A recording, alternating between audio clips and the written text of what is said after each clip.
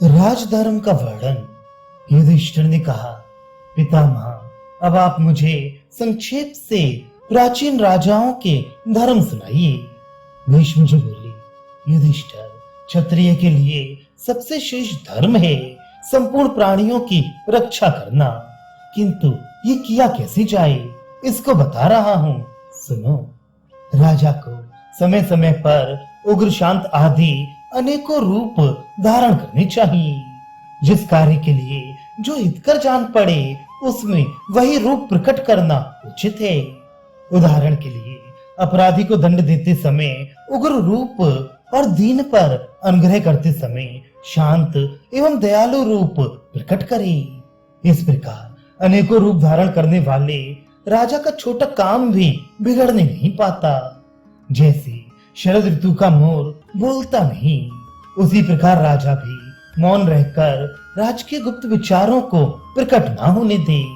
बोलना ही पड़े तो मीठी वाणी बोले, और वह भी बहुत कम।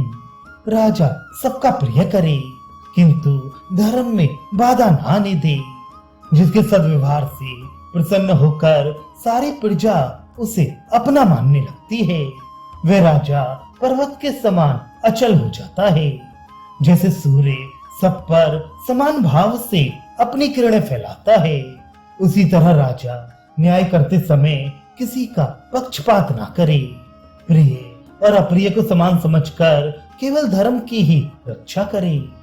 जो कुल धर्म, प्रकृति धर्म और देश धर्म को जानने वाले तथा मीठे वचन बोलने वाले हों, जिन पर जवानी में कोई कलंक ना लगा हो, जो इस साधन में लगे रहने वाले, धैर्यवान, निर्लोभ, शिक्षित, जितेंद्रिय, धर्मनिष्ठ तथा धर्म और अर्थ की रक्षा करने वाले हों, ऐसे ही पुरुषों को राज्य के सब कामों में लगाना चाहिए। इस प्रकार सदा सावधान रहकर राज्य के प्रत्येक कार्य का आरंभ और उसकी समाप्ति करे। मन में संतोष रखे और गुप्तचरों की सहायता से राष्ट्र की सारी बातें जानता रहे।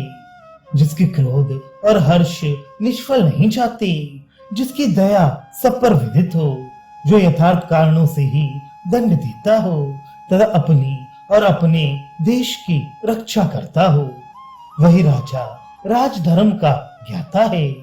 जैसे सूर्य अपने किरणों से संसार को देखता है, उसी तरह राजा भी सदा अपने नेत्रों से राष्ट्र का निरीक्षण करे। राज्य में भ्रमण करने वाले चरों की बातें जाने और स्वयं अपनी बुद्धि से भी विचार करे।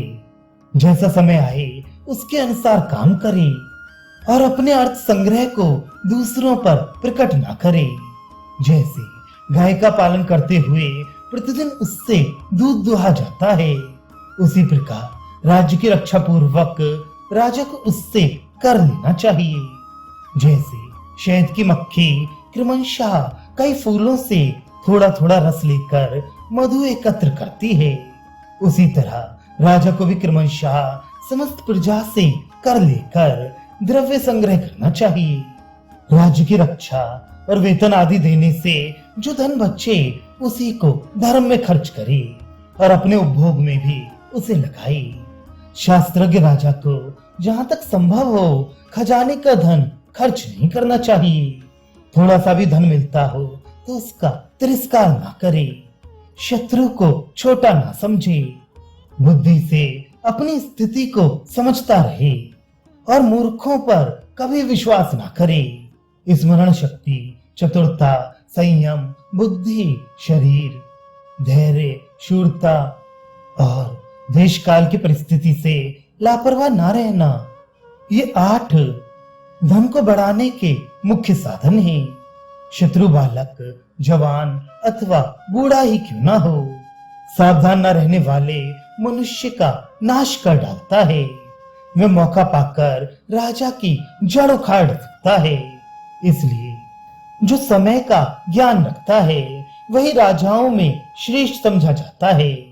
द्वेष रखने वाला शत्रु दुर्बल हो या बलवान, राजा की कीर्ति को नष्ट करता है, उसके धर्म मार्ग में बाधा पहुंचाता है तथा अर्थोपार्जन में बढ़ी हुई उसकी शक्ति का विनाश करता है।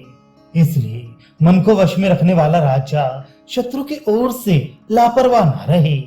हानि, लाभ, रक्षा और संग्रह आदि को खूब समझकर बुद्धिमान पुरुष शत्रु के साथ संधि या विग्रह करे।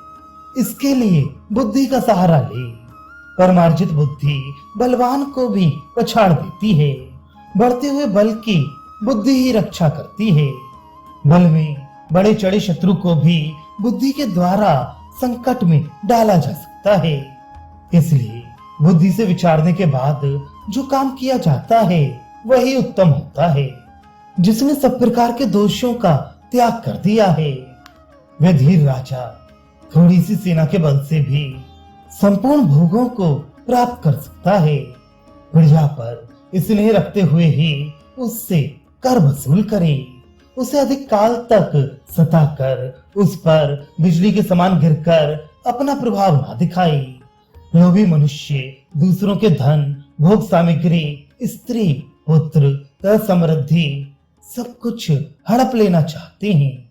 उसमें सब प्रकार के दोष प्रकट होते हैं। इसलिए लोभी को अपने यहाँ ना रखे।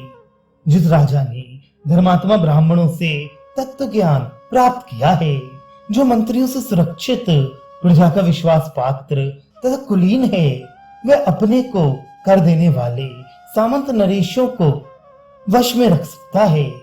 राजन, मैंने संक्षेप से जिन राजधर्मों का वर्णन किया है उन्हें बुद्धि से विचार कर धारण करो। जो उन्हें भली भांति समझकर आचरण में लाता है वही अपने राज्य की रक्षा कर सकता है।